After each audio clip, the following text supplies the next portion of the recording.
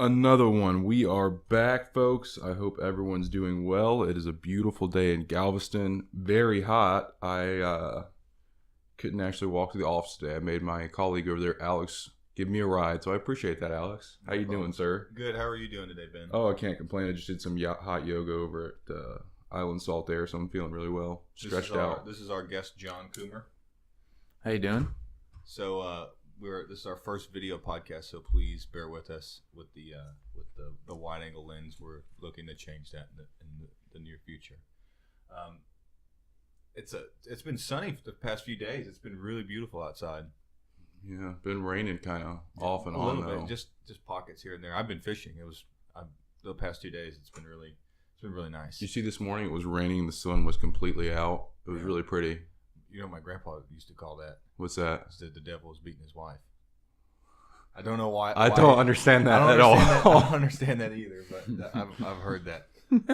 I like it though. I might have to use that. So I don't have a fishing report this week, but tomorrow's not going to be ideal for fishing, except that the water's going to be super calm, and over on Saturday we're getting a high tide at around 9 o'clock. So early morning fishing is supposed to be on point. Nice. And I've been using mirror lures on the surf, and I've been doing really well.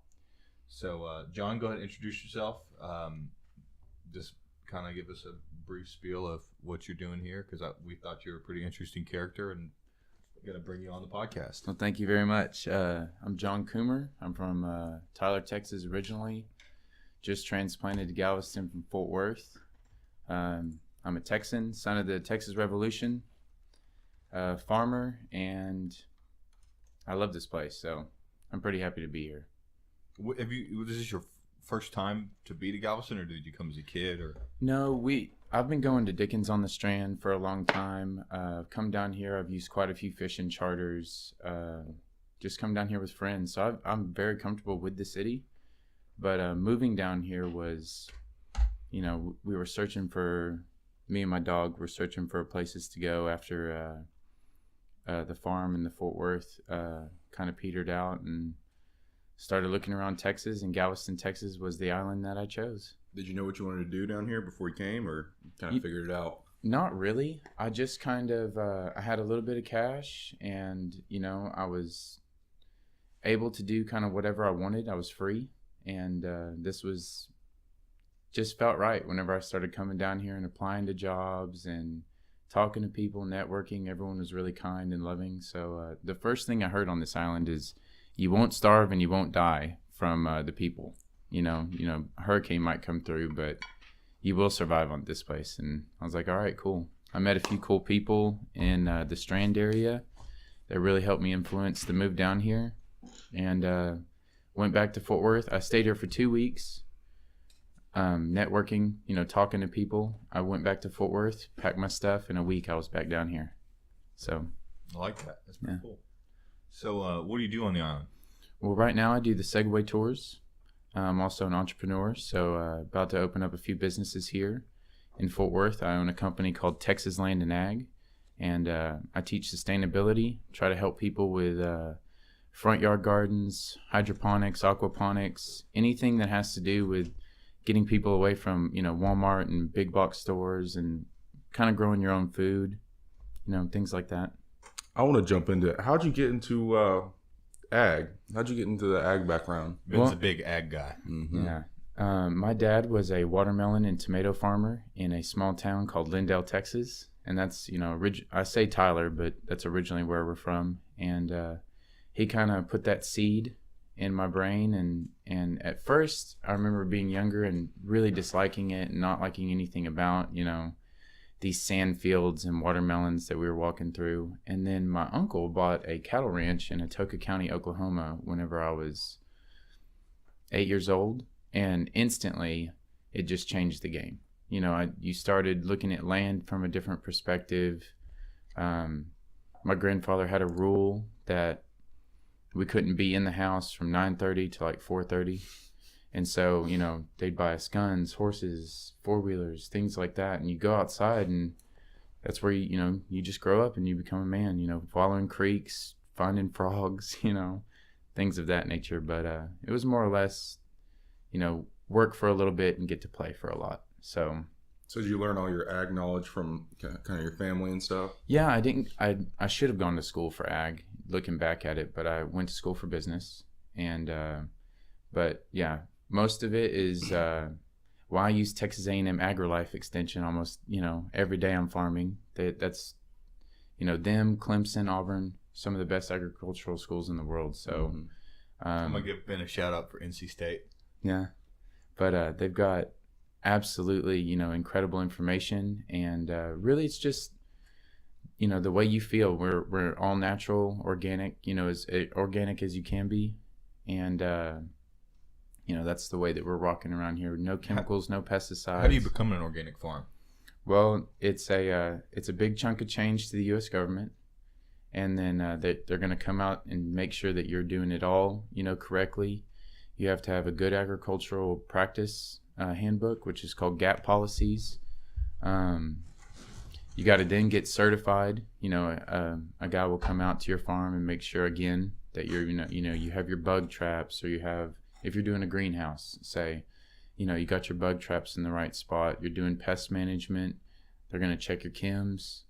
It's really just a lot of people coming and checking in on you. Sure. A lot of paperwork, that you're logging with what you're doing with the plants, and just basically an accountability system. And everyone's trying to be transparent with food, but stuff that the big farms aren't doing is they don't have to tell you what they're doing. They just sell it. And organic is it's extremely hard. It doesn't take diesel, it takes hands. And that's something, that we're proud to say, but it's hard to find those hands, especially people who are willing to do it. Is that a tight-knit community? Like, are there other farms that kind of share knowledge with each other, or is it kind of like... Absolutely. Farming in general is a tight-knit community. I mean, agriculture in general, it's, your truck breaks down on the back side of your property, while you're checking fence, and you ain't got a big enough tractor to go pull it out. You're going to walk over to your neighbor's house who does have that tractor.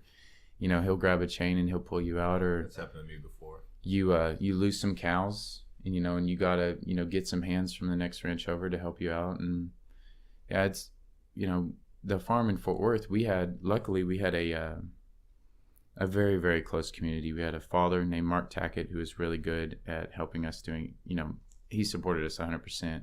We also had the cousin of the family that lived next door, and he was the biggest hay producer in Weatherford.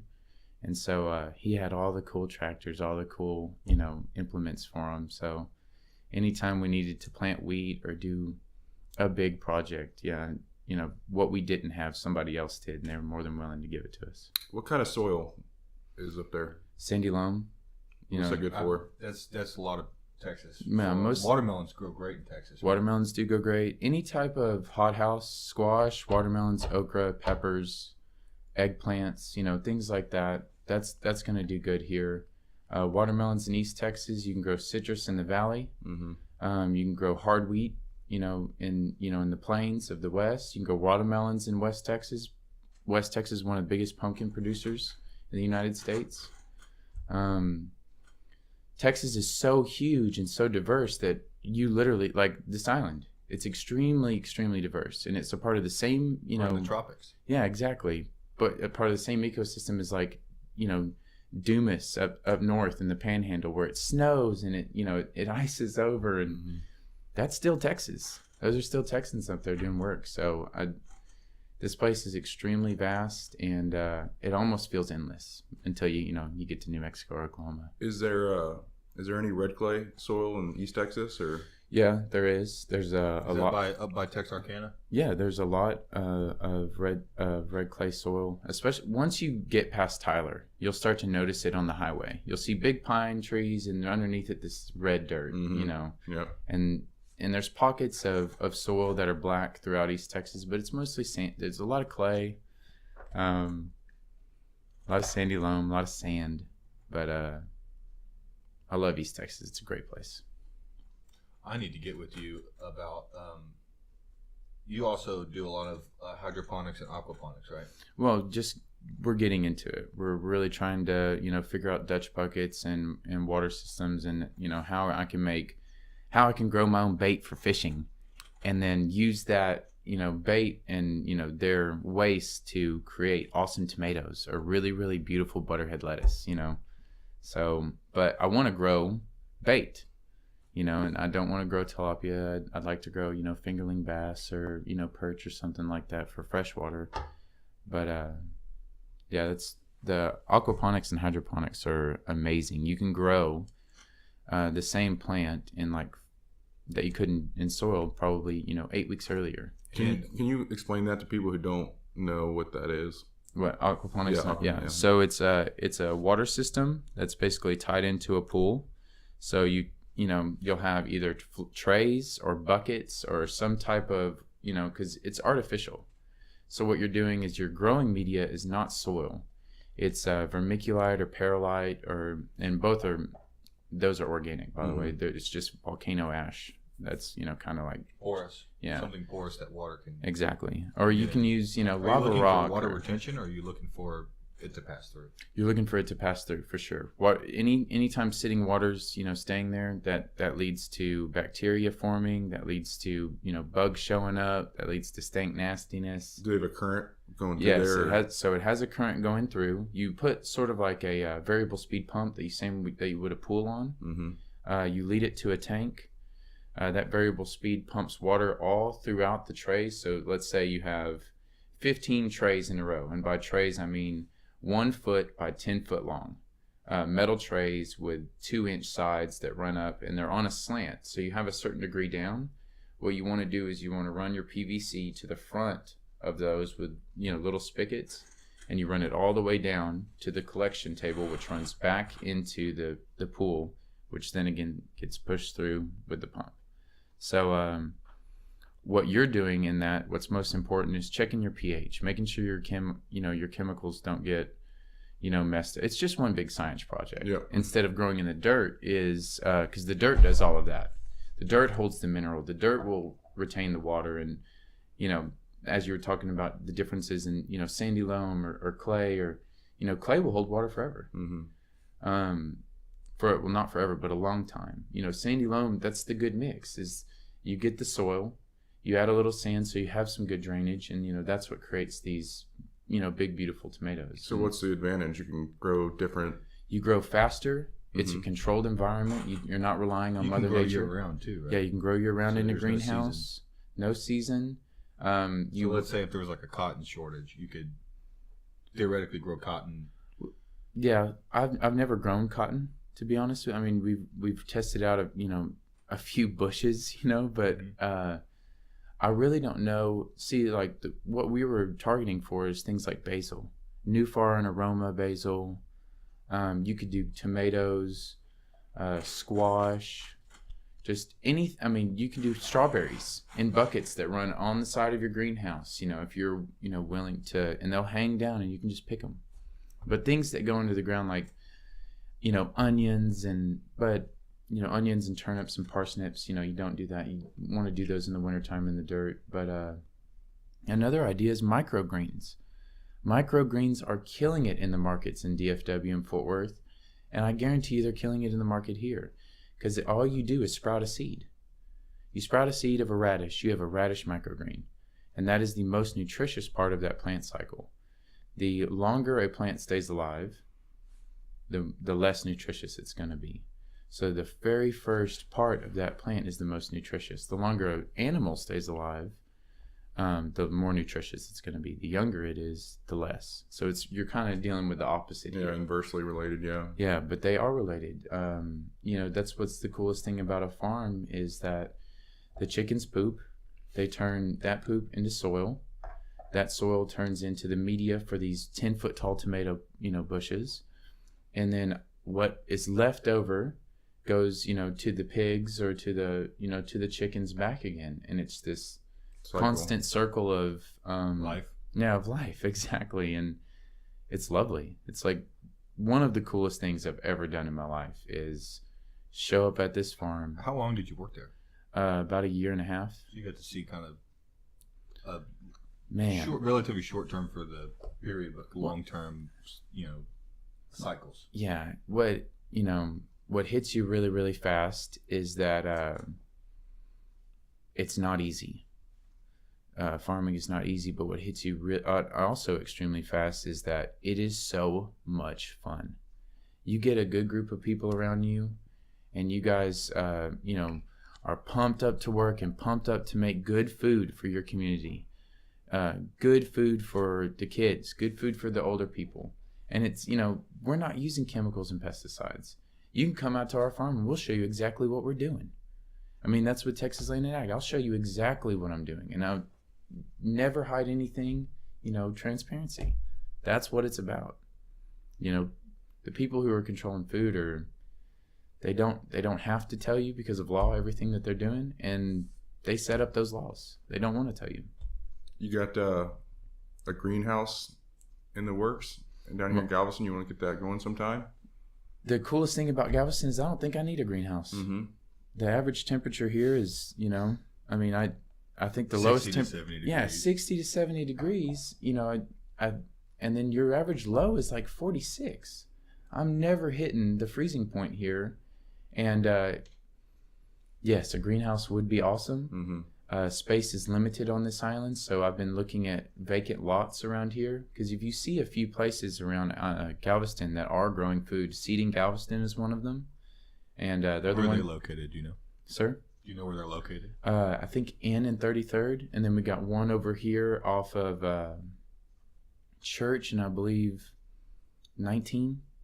There's one on the east end, there's one in the middle, and then there was one off 25th and Post Office, but some company bought that and they're going to turn it into a parking lot. But, that's how that goes. But, yeah, I'd love to join Seeding Galveston. They seem like they have a lot of knowledge and experience already, so maybe it's time for, me to start my own local garden here and make it free. I don't want to charge people per plot. I'll just do a whole bunch of work and, every other, and, they have a farmer's market here too. Yes. Awesome farmer's market. I've got to meet some of the people that work up there. Like specifically there's a woman named Pamela and she owns Wild Earth, and she's an apothecary in town, and I've walked by that shop so many times. I've never been in there. Man, she is the coolest chick. Really? Yeah, she makes this pain relieving balm for me. She actually calls it Coomer's balm. Hey. My last name's Coomer, and she puts that on the tab now. And was it just topical? Yeah, it's topical. I can't even remember some active ingredients in it, but I know that the base is like there's coconut oil, beeswax. There's a few other things, but does it heat up or? No, it's it smells a little spicy, but it doesn't heat up as much as like icy hot or something. Sure, yeah. It's not like chemically powered. It's plant powered. It's just a little bit cooler. The good stuff. Yeah, the good stuff. But they own a farm in South Texas where they grow all of their teas, and and they grow Yopon. Yopon's a really, really good tea, and she's always hooking us up with it. So I gotta ask, what's the goal here? Are you trying to live off the Gulf, or what's your short-term and long-term goals In for the game. island? that is a fantastic question, man. I came down here to use this big body of water. I did. That's one of the. I was going to move to an ocean. I think Australia. My family shut it down. U.S. Virgin Islands. I had a job with a farm there. I didn't know if I wanted to go to farm in the islands. And that's Frederickstead is where that town. What that town is called, Frederickstead in the British Virgin Islands, I believe. What are they growing down there? Oh, fruit, mangoes, papayas, tomatoes, squash. We're not too far off. Mm-hmm. It's just I don't know the soil. Yeah. I've never been to that island and tried to grow anything. But the end game here is, I want to live off the Gulf. I want to eat as much crab, as much, fresh caught fish as I can. I want to learn from these people. I've found unbelievable amount of kumquats, peaches, dragon fruit, blackberries. I found everything on this island. And a lot of times I have a big mango tree, and I have about 40 mangoes on it right now. Yeah, see? And then I also have grapefruit tree, Meyer lemon tree, tangerine tree, fig tree, pecan tree. My neighbor hates the pecan tree. Yeah, well, The leaves that's the get in his attitude. pool and- That's the attitude right there. It's permaculture. Adding to what you can and taking nothing from the land. Adding, enhancing just a little bit here, but picking your own mangoes. That would make me pumped up. I got a fig tree in my house, in my backyard of my house. Me and the birds share these figs every day. I hate the birds. Man, I've got a fig tree at my house too, and those birds, they'll wake me up when they are feasting on those figs. I know. They're loud. Yeah. They'll start yapping. It's Yeah. the seeds, but they poop the seeds out. Yep. Yeah, it is. Where are you hunting at? You figured that out yet? I haven't figured that out down here. Quite a few spots in Fort Worth. And that's a place I can go. But I'm down here in the Gulf now. This is one of my spots. I know it's y'all's, but I'm gonna take claim to it. I love this body of water. I'm gonna talk to a few of these fishing charters out here. I know a few of these. Aaron Grace is one of them. He's a really, really good guy. He's a Yankee from Massachusetts. I fished with him a couple times whenever he was working with Get Hooked Charters, and they're both in the marina. Those are really good companies, and they sometimes know of a few duck getting boys that go out there into the bay, and get the sea ducks or the redheads or the canvasbacks that come through here. We get some occasionally we get some wood ducks around Yeah, wood ducks would be great. here. Out if you go down 3005 all the way west across to Surfside, Yeah. there's public land. You can hunt publicly on the back of Surfside. Really? Yep. But the thing about that is, do you have to have a boat, or can you just wait out there? No, you absolutely have to have a boat Yeah. to hunt from water. I've been out there in the boat, and there's Not necessarily. You can wait out there. Oh, you can? If you're kind of crazy, people like park and kind of walk through, but rattlesnakes and all that stuff. Yeah. But, I mean, it's colder out. You use waders, but I still wouldn't want a snake popping in the leg. or Yeah, gator. Actually, they did spot an alligator. I've been wondering that. It was on the Texas A&M University Galveston Facebook page, and someone took a picture of it. I think it was at San Luis Pass, and it was like a 10-foot gator, 9 to 10-foot gator. That's a good alligator. The last time I went duck hunting, I was There's in a gators lake at called East Beach. Alligator Lake. Yeah. Really? And it made me a little bit nervous. But I didn't see the gators out there, thank God. There's a lot of water moccasins here too. Really? Rattlesnakes. A lot. It's weird that there's rattlesnakes. A lot of rattlesnakes on the island, but like out west, man, you can find them everywhere. Especially at night. Be careful out at the pass. 'Cause Man, if you're messing around in that back part where there's a lot of marsh, rattlesnakes and water moccasins. I got to tell you guys something I saw the other day. I saw this product called, I think it was Seasoned Shot. Basically, it's a shell, and it's like an organic shot in it that seasons the duck when you shoot it. What? Yeah, and it like completely disperses in the duck, so there's it's all biodegradable, obviously, and it's like they have a bunch of different flavors. It's crazy. What? Yeah, it's crazy. Man, that is nuts. The only thing I've heard is Spectre shot, where say you're hunting, and I'm hunting. You get green, I get blue, you get orange. Oh, so you can tell. So you can tell who shot the duck. Mhm. That I think that's cool. Yeah. But we're gonna have to check that out. Yeah, I mean, I don't know its effectiveness, but I really like Rio rounds. Yeah. Mhm. They Black Cloud's a good round, but I just feel like, they put a little more powder in it, obviously, and then also the different, special pellets. But the Rio, man, I just feel like they just put that little extra amount of powder in there, and it can kind of a little more distance. You can put birds down. That's pretty. I'm actually wearing a duck hunting shirt. I like the shotgun shell that shoots the duck whenever I pull the trigger. do you, Sometimes I feel like I'm shooting confetti out there. what length shell do you shoot? On geese 3.5, Yeah. and then just on ducks 3-inch. 3-inch, What kind yeah. of Yeah. gun do you use? I got a Remington 870, Okay, but that's I've cool. used the standard. For a young man in Texas, that's like your first thing you get is a little pump shotgun. But I got really lucky. I got a Benelli. I want a Oh, Benelli okay. so bad. The Oh my Benelli M2 is gosh. really nice, but you have a turkey gun. Yeah. I mean, Yours has a handle on it. I've never seen a turkey gun in person before. I held it. I'm thinking about getting just a stock without the handle on it. Yeah. Oh, so you can change it out. Yeah. I had a I had a really good friend in Fort Worth named Tyler Bullard, and his dad had the coolest Browning Satori, and that's nice. probably the coolest shotgun I've ever hit. I've submerged my gun before because it was I think it was like I forget how many years ago, but it was like when it was like 18 degrees, so there was like a thin ice sheet on the water. Oh yeah. And it was out by rice paddies. That's where good duck hunting is.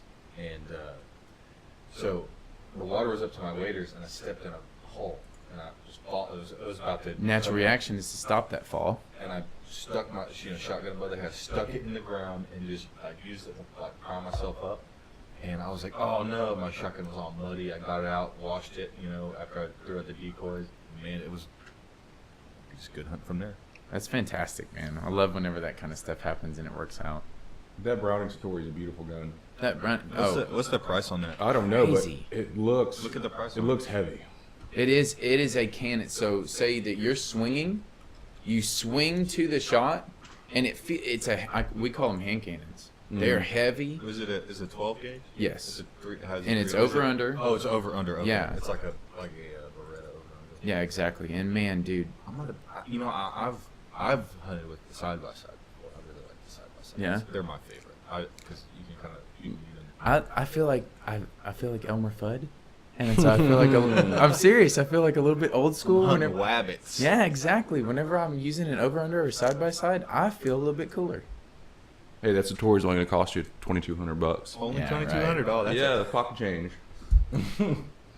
No, they have a whole bunch of cool guns. They're awesome people too for letting me come out and play on the ranch. The Muir Ranch in Fort Worth is awesome. The Muir boys actually right now, Bill and Sam, are trying to get a small farm going, and they worked with us at the Clear Fork Farm in Weatherford, and so more power to them.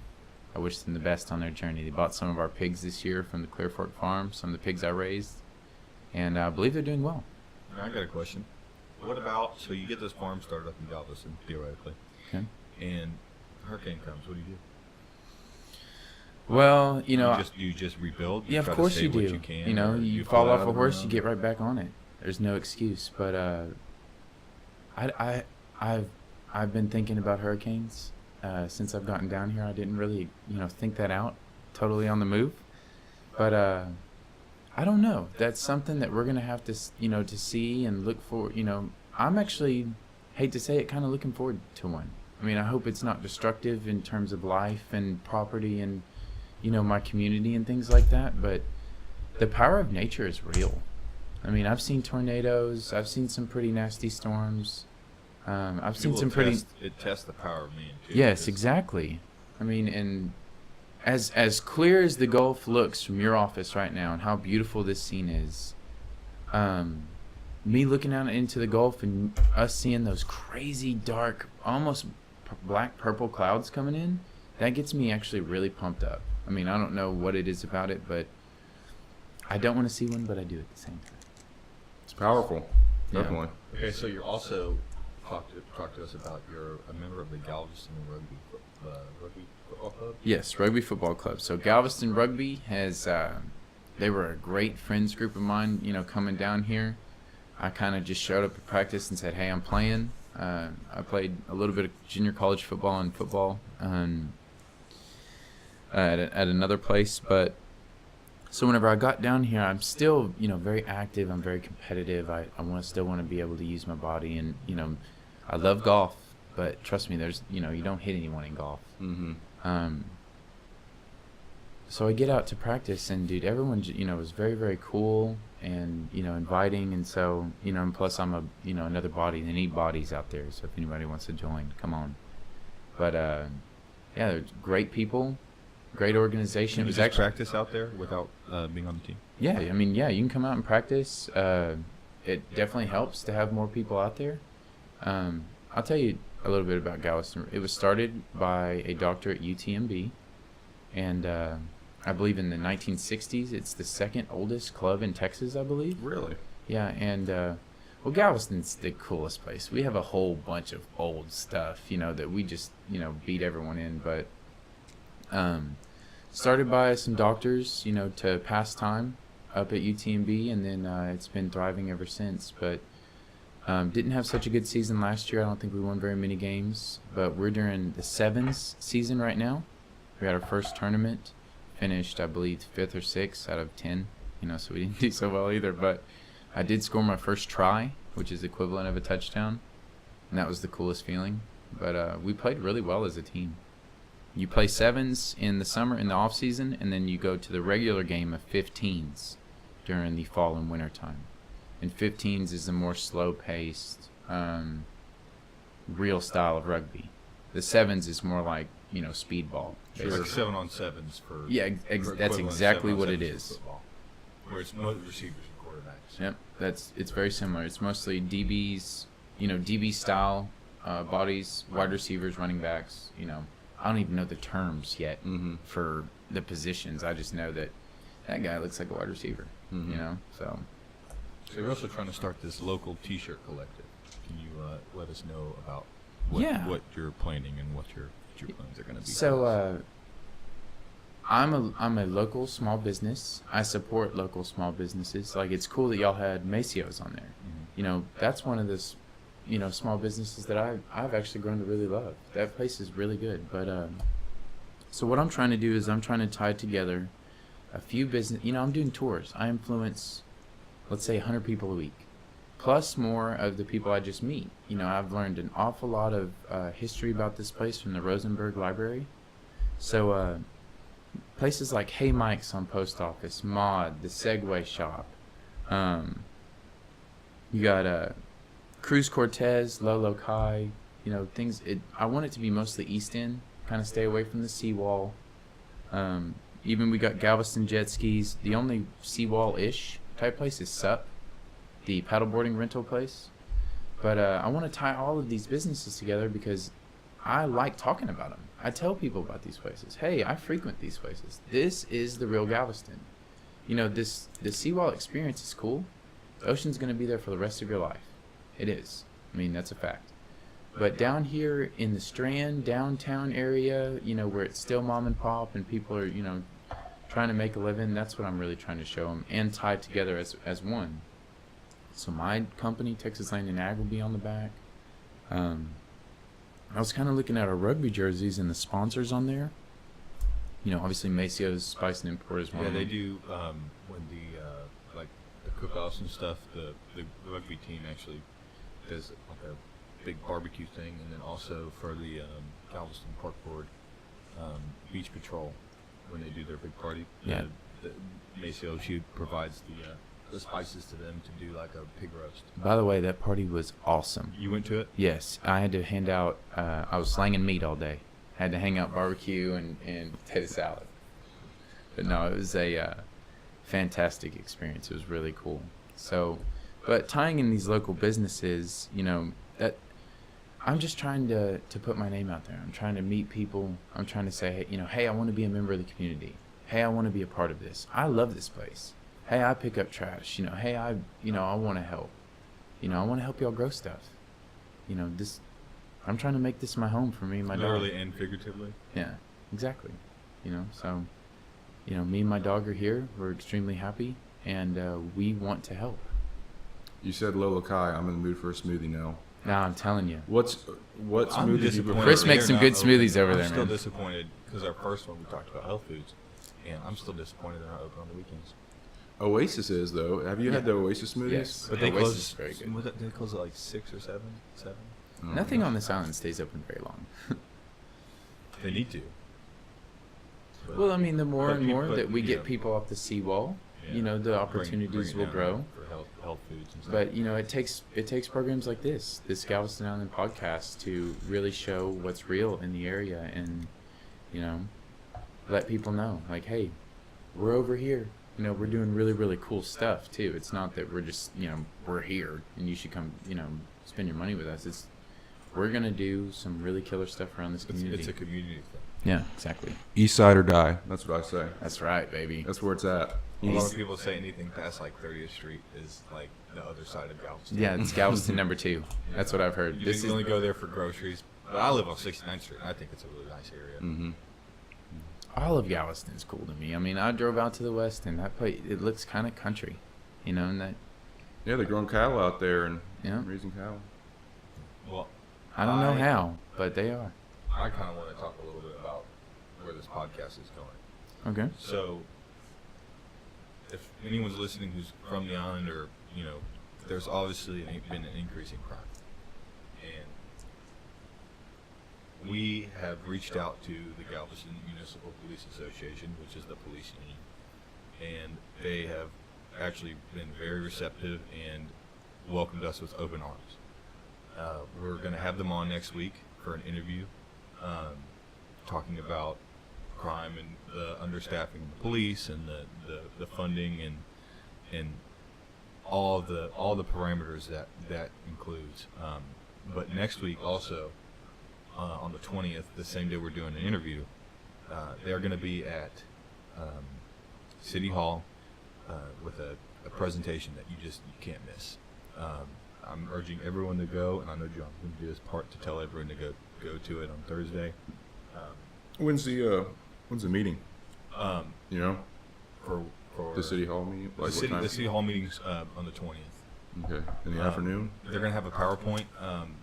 Some people from CLEAT are going to be there. CLEAT's another law enforcement organization. They're pretty big. The Galveston Municipal Police Association, they're doing their most to try to bring light to the fact that they're understaffed. They, you know, officers they had staffed for 4th of July. How many? This is on patrol, not this is they said they had 57 staffed for everywhere, but they had on patrol 14. It's not enough. Did anything pop off that night? Or is everything- Luckily no, but they've been operating from behind, and for a while now. And There were so many people out there, man. they said that there was they did a count for 2.5 people per car, and the number came out to around 1.9 million people visited the island for 4th of July. Really? And that goes for all of these festivals. If you look at, the city traffic swells was up. horrendous. The city swells up, and if they ain't got no help, it puts our East End in. What we like, is in jeopardy. But for the most part, good people are coming here. It's just big bodies of water bring bird people. I've noticed. I'm here, but big bodies of water seem to bring the crazies out. So it's nice to have a little bit of protection. Yeah. So we're gonna have a representative from the GMPA on next week. The same day they're gonna do their PowerPoint presentation at the city hall. We're gonna put that presentation up on the website, and also do an interview and all we can to help. And the interview is going to be really nice. It's going to be really nice to get some answers, and instead of always being in the dark and wondering what's going on, we're going to move forward to get some answers, and then hopefully we can open up a dialogue between the city, the public, and the police in all facets. So we're looking forward to that. And then the next week after that, we're going to be meeting with Galveston Island Brewery on a more positive note, and that's going to be a really fun podcast. Don't get me excited. I can't wait now. Yeah, might as well invite me back for that one. Yeah, right. Galveston Island Brewery's cool. We were there last night. It was really, really nice. I love their beer. I know. I can't get over the citronella. It's Can't delicious. get over it. It's absolutely delicious. Well, so we're going to sign off. John, thank you for coming out today. We really appreciate it. Ben, do you have any more words to say? Or We sure appreciate you guys for listening, and like you said, we will be back next week with the GMPA, and we appreciate everybody. As always, stay salty. Have a good day.